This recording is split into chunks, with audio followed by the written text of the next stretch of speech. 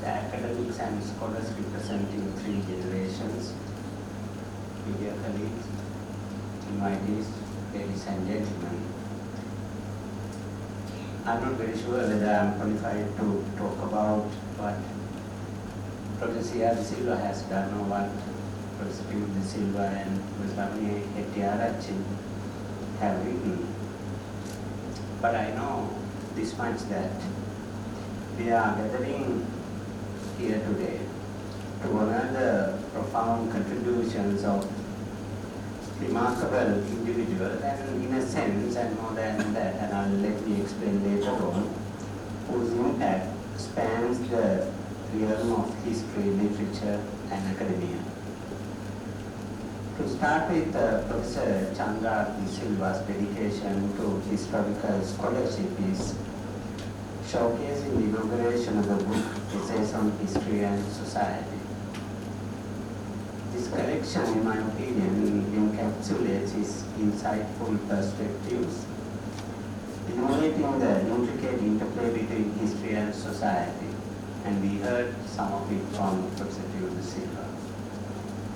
Through meticulous research, Professor Silva has unearthed invaluable lessons from the past, offering diverse perspectives that inspire contemplation and discourse. His work serves as a timeless guide, I believe, enhancing our understanding of collective history and its relevance today. Professor Silva's contributions have enriched historical studies, inspiring scholars and enthusiasts alike, both here and abroad. It has been truly an honor for the university to have had the experience of working with you, sir.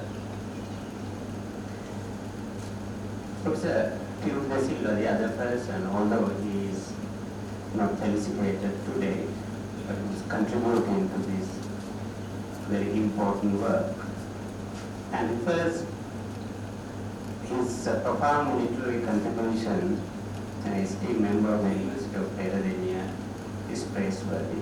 Through his work, he has offered profound insights into human condition, drilling into themes that traverse time and culture. I had the opportunity to listen to him on several occasions. Ramani Professor, your contributions echo beyond academia. Very often I hear many things resonating with readers worldwide, and you work with the outside world, fostering a deep appreciation for the complexities and significance of history. Your dedication is highly praiseworthy. Professor Premakumar Silva, sir, despite having to attend very important commitment in Colombo today, this afternoon, you decided to be here. And it is an honor for us to have a policy maker of your caliber here at the University of Pennsylvania, and he's an esteemed figure at Colombo University who has carved an illustrious path in literature, leaving an indelible mark on the literacy landscape. His contributions have been recognized both locally and abroad.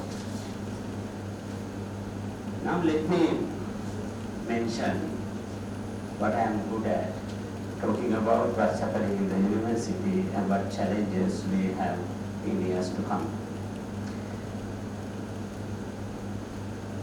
We in the university needs to bring in diversity and the new dimensions to education and research.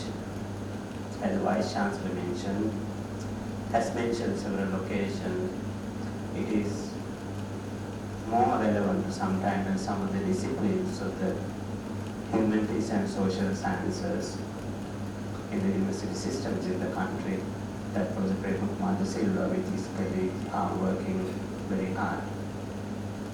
Some of the important components of this, as we discussed a little while ago in the Vice Chancellor's room office with Professor Silva and Professor Silva, industry engagement, interdisciplinary collaborations, and international collaboration that we all are very familiar with. However, one of the things that the university faces, not only us, but the university system in this country, how quickly do we embrace new developments taking place elsewhere? I do not propose that we should blindly embrace those things. That is not what I propose.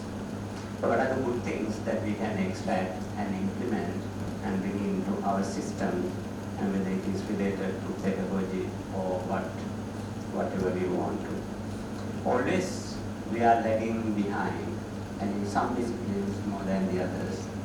Therefore, at a given time, when we talk about modernizing and being par with the rest of the world, there is a huge quantum of work that we need to do, because we are sometimes years and if not decades behind. It is hope that we all understand that challenge and sooner than later come to the level that we need to, so that we are on par with what's happening in the rest of the world at any given time. The moment we do that, there won't be any areas of the lag work for us to do or to achieve. Then we will be just doing only very little at a time. We will be moving with the rest of the world. And that is the real challenge that we have both in academic and research work. Coming back to the Faculty of Arts, and Prof. Silva, especially for you, sir, and it has decided to diversify. I am very pleased as the Vice Chancellor to support the effort of my academics in Faculty of Arts. Department of Law has already decided that they will seek your attention to upgrade it to a School of Law. The proposal is ready. It will be on your table within few weeks, I would say. So is the Department of Education. The work that they do certainly needs much more independent and a larger structure, and therefore they also think likewise. All these things will help us to achieve our dreams, like what the Chancellor said a little while ago, that when we celebrate or when we mark our centenary in 2042 in 18 years' time from today, it's a very short period in the history of an institution like ours. What do we want to be? I'm glad to say, dear ladies and gentlemen, my academic staff, numbering more than 80, over the last 6 or 7 months have worked hard to develop certain proposals and roadmap for us to get to where we should be in 2042. Then if I am to explain this in 1 or 2 words, and it is for us to upgrade ourselves to a postgraduate university with more undergraduate enrollment and relevance. And this was submitted to the government and few weeks ago, and the government has recognized the importance of doing it. And in the budget speech, Honorable President committed to modernizing the University of Tailoring and aiming at the centenary in 2042. The relevance of that is to this audience, consisting of 3 generations of scholars, is that all of us have a duty and responsibility to contribute to that, and it is not a one-off contribution that we need to make, but it needs to be an ongoing contribution if we are to move few steps beyond what we are. By looking at the interest shown by those who are working in the university and studying and who have gone through the university, I'm very optimistic about achieving some of the goals that my academic staff and the faculty want to achieve. And in those few words, let me once again appreciate the work of Professor C.R.D. Silva and the recognition that you have brought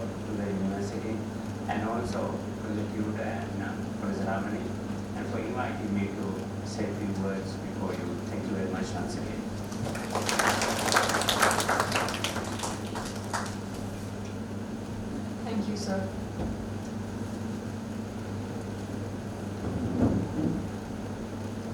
Ladies and gentlemen, it is with great anticipation and honor that I invite the author, Professor Chandra R. Silva, with the two joint editors, Professor Ramani Hettiarachchi and Professor Kalinga Tudor Silva, whose insightful pen has brought forth the book, Essays on History and Society, to jointly launch this exceptional literary work and guide us through the pages of historical enlightenment.